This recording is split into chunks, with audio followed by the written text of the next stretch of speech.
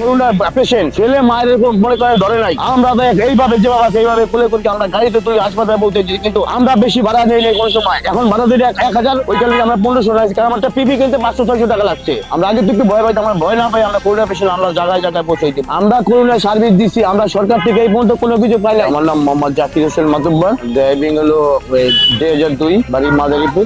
Family red kitchen সামনে আমাদের ambulance station, এখানে আমাদের গাড়িগুলো থাকে। আমাদের প্রাইভেট অ্যাম্বুলেন্স, আমরা নিজেরাই মালিক। আসলে ভিআইপি রোডে সাধারণ জনগণ খুবই কমই থাকে, রাস্তায় ফুটপাত দিয়ে চলাফেরা করে। আমরা যদি একটা সিঙ্গেলে থাকি, ধরেন সিঙ্গেলে না চলা পর্যন্ত আমরা রং সাইড মারতে পারবো না। তারপরে আমরা মুভ করবো কোন দিক দিয়ে গেলে আমরা তাড়াতাড়ি গন্তব্যস্থলে রুগী নিয়ে যেতে পারি। গাড়ি চালালে তো দুর্ঘটনা ঘটবে, এক পর্যন্ত আমার হাতে হয় নাই। আমি গাড়ি চালাই সর্বোচ্চ গতি 60-70 এর বেশি নাই, সেটা রাস্তা যে রাস্তাই হোক। এটা তো আল্লাহর বিশ্বাস করে যাইতে হবে। রোগীর যদি লোক থাকে আমাদের জানায় যে ভাই একটু তাড়াতাড়ি যান, কিন্তু আমি বলি যে আপু রাস্তায় যান, আমি কিভাবে যাওয়ার চেষ্টা করতেছি যত তাড়াতাড়ি আপনার হাসপাতালে পৌঁছাইতে পারি। নর্মাল অ্যাম্বুলেন্সে আমাদের অক্সিজেন মাস্ক থাকে, 2টা অক্সিজেন থাকে এবং স্ট্রেচার আছে, হুইল চেয়ার আছে, আমরা এইগুলো সাপোর্ট দিতে পারি। আমি আসলে হেলপার থেকে ড্রাইভার হইতে হলে অনেক কিছু জানতে হয়। গাড়ির চাকা থেকে ইঞ্জিনের মোটামুটি অনেক কাজে আমরা জানি, না জানলে কেন অ্যাম্বুলেন্স ব্যবসা আসতে পারতাম না। আমার ভালো লাগে এটা মানুষের, মানে আমিও একদিন রুগী হইতে পারে, আমার ঘরের মধ্যে রুগী হইতে পারে, এই রুগী নিয়ে জায়গায় জায়গায় যাইতে আমার ভালো লাগে। আমার আসলে আমি গরিব বংশের ছেলে, আমার এই যে অ্যাম্বুলেন্স তাহলে প্রাইভেট চাকরি কিছু একটা করতে হইতো, আমি তো শিক্ষিত লোক না।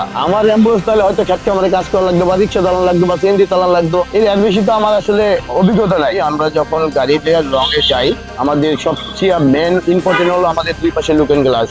আমরা কোনো গাড়ি ওভারটেক করলে, আমরা বামে ওভারটেক করলে আগে ডাইনে দেখি, আমরা বামে যাবো, দেখি বামে একটা গাড়ি ঢুকে যাইতেছে কিনা। লুকিং গ্লাস দেখার পর যদি দেখি রাস্তা ক্লিয়ার, আমরা বামে যেতে পারি। যদি মনে করেন যে এখন থেকে আমার ডাইনে যাওয়ার প্রয়োজন, কিন্তু আমার পিছনে একটা গাড়ি আছে, আমি যাইতাম, ওই গাড়ি না আসার পর্যন্ত আমি ডাইনে যেতে পারবো না। ওই গাড়ি যাওয়ার পরে আমি ওটার পিছিয়ে আমি ওভারটেক করে যাইতে পারবো। আমরা তো জানি যে আমরা ত্রিপল লাইনের আওতাভুক্ত। আসলে একসময় ত্রিপল লাইনে আমরা অনেক টিপ মারছি, এখন ত্রিপল লাইনে আমরা ওইরকম কোনো টিপ পাচ্ছি না।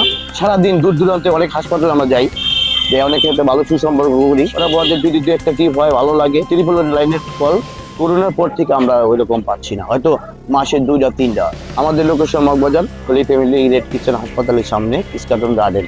আমার যোগাযোগ নাম্বার 01716067493। 24 আওয়ার আমরা সার্ভিস দিয়ে থাকি। অনেকে মনে করেন যে অশিক্ষিত যারা, অনেকে মনে পিছের দিকে ফেরে না, কি যায় সেটা খেয়াল করা। শিক্ষিত লোক এটা আলাপ পাইলে ওরা মানুষ সরাই ভাই আপনি যান, গাড়ি সাইড করে, এমনকি সিঙ্গেলও ক্লোজ করে দেয় অনেক সময় পাবলিকে। পিছনে যেই করোনা গেছে, আমরা যেই সেবাটা দিচ্ছি, আপনারা যেই অ্যাম্বুলেন্স করে দেখতেছেন, এটা প্রাইভেট অ্যাম্বুলেন্স সার্ভিস। এটা মালিকানা অনেক গরিব অসহায় লোককে অনেক টাকা জায়গা বেচতে বা কিস্তি মিস্তি করে একটা গাড়ি কিনছে। এই প্রাইভেট অ্যাম্বুলেন্সে করোনার সময় মনে করি প্রাইভেট অ্যাম্বুলেন্স আমরা মুখ করছি, সারা বাংলাদেশ আমরা করোনা পেশেন্ট নিয়ে আমরা সার্ভিস দিচ্ছি। আর এই প্রাইভেট অ্যাম্বুলেন্সের দিকে একটু সরকারকে দৃষ্টি আকর্ষণ করে বলবো যে আমাদের প্রাইভেট অ্যাম্বুলেন্স দিকে একটু খেয়াল রাখে। আমরা জানি এই প্রাইভেট অ্যাম্বুলেন্স জানি আরো ভালো সার্ভিস, ভালো সেবা দিতে আমরা আছি। বাংলাদেশে যে কোনো আমাদের রুগী বা ডেড বডি যে কোনো সমস্যায় আমাদের অ্যাম্বুলেন্স, প্রাইভেট অ্যাম্বুলেন্স মালিক সমিতি ইনশাআল্লাহ সবসময় সাথে থাকবে, আছে, সামনেও থাকবে। নেক্সট করোনা যদি মহামারী আসে, ইনশাআল্লাহ তার থেকে ভালো সেবা দেওয়ার চেষ্টা করবো। আমাদের জান প্রাণ দিয়ে যতদিন বাঁচবো আমরা এই রুগীদের পাশে থাকবো, এবং মানুষের জানি আমাদের ভালোবাসে যে অ্যাম্বুলেন্সের ড্রাইভাররা এবং মালিকরা,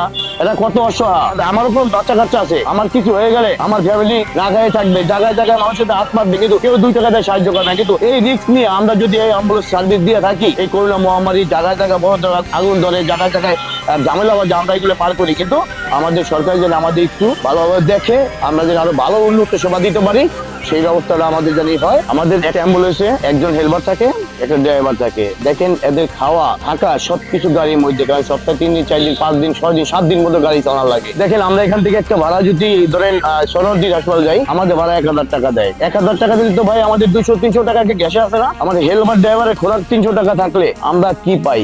ওই তারপরেও আমরা মানুষের কাছে বলে আমরা বলি ভাড়া অনেক বেশি নেই, মানুষকে জিম্মি করে আমরা বলে টাকা নেই। ভাই দেখেন আমাদের সার্ভিসটা, এই ড্রাইভার সরকার থেকে আমাদের কোনো ভালো কোনো সুযোগ সুবিধা পাই না। আমাদের রাস্তায় থাকা লাগে না, সরকার যদি দিক চায়। একটা লোক গাড়ির মধ্যে কতক্ষণ সময় দেখা যাবে? এই গাড়ি কালকে সকাল সন্ধ্যা থেকে গাড়ি বসা, কিন্তু ড্রাইভার খাওয়া দাওয়া কোনো বন্ধ হয় নাই। ড্রাইভার টাকা থাক না থাক, মালিক আমাদের মালিকটা ভালো, ড্রাইভার না খাই থাকলে আমরা দেখি। এবার আমাদের 10 টাকা থাকলে 2 টাকা আমরা ড্রাইভার কাছে খরচ করার চেষ্টা করি, কিন্তু আমাদের সরকার কিছু পায় না। যেমন ধন্যবাদ, আসসালামু আলাইকুম।